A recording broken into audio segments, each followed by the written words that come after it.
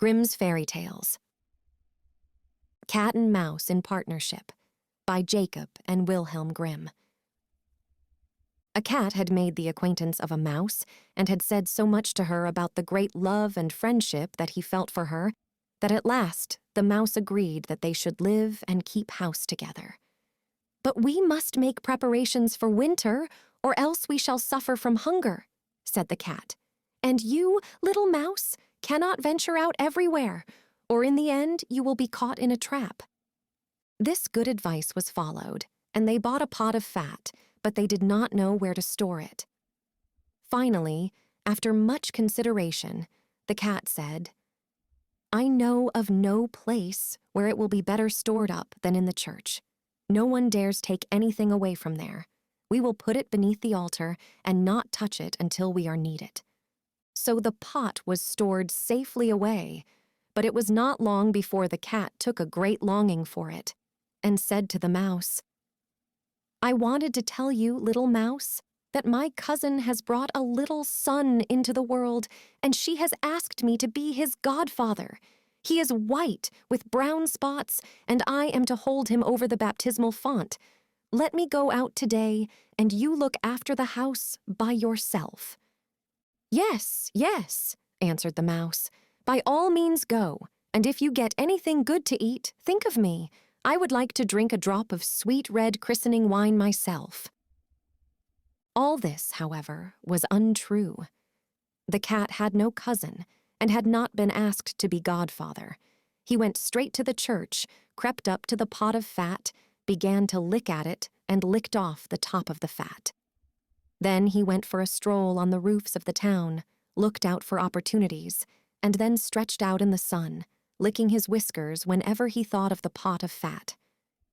He did not return home until it was evening. "Well, here you are again," said the mouse. "You must have had a happy day." "Everything went well," answered the cat.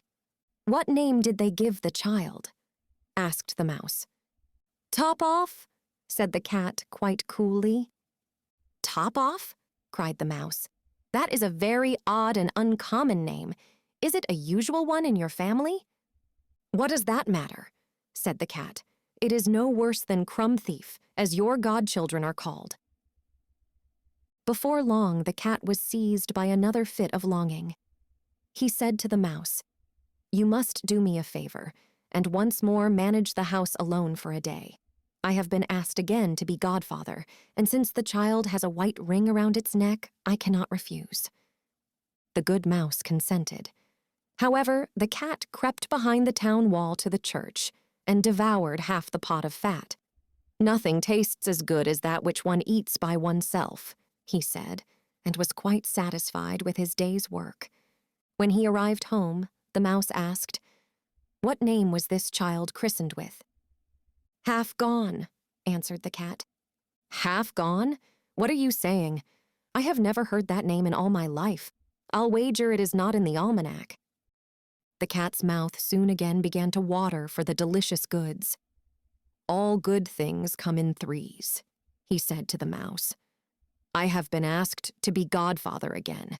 The child is totally black, only it has white paws. Otherwise, it has not a single white hair on its whole body. This only happens once every few years. You will let me go, won't you?" "Top Off, Half Gone," answered the mouse. "They are such odd names that they make me stop and think." "Here you sit at home," said the cat, "with your dark gray fur coat and long braid of hair capturing fantasies.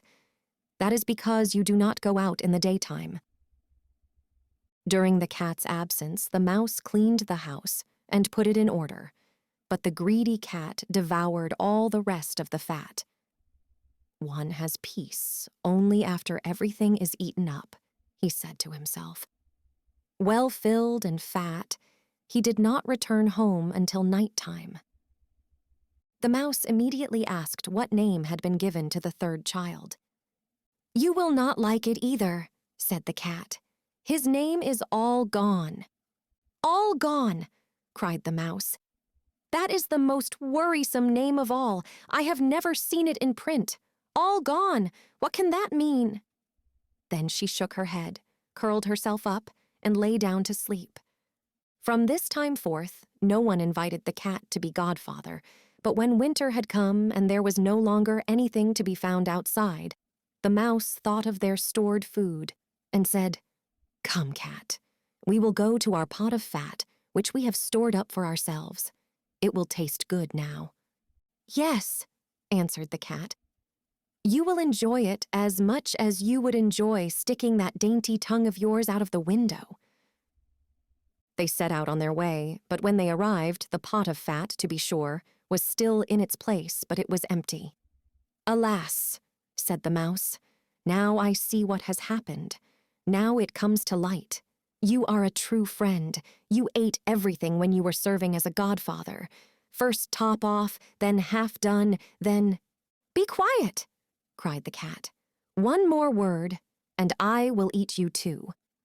"All gone," was already on the poor mouse's lips. She had scarcely spoken it before the cat sprang on her, seized her, and swallowed her down. You see, that is the way of the world. This has been Cat and Mouse in Partnership by Jacob and Wilhelm Grimm, a part of the Complete Grimm's Fairy Tales.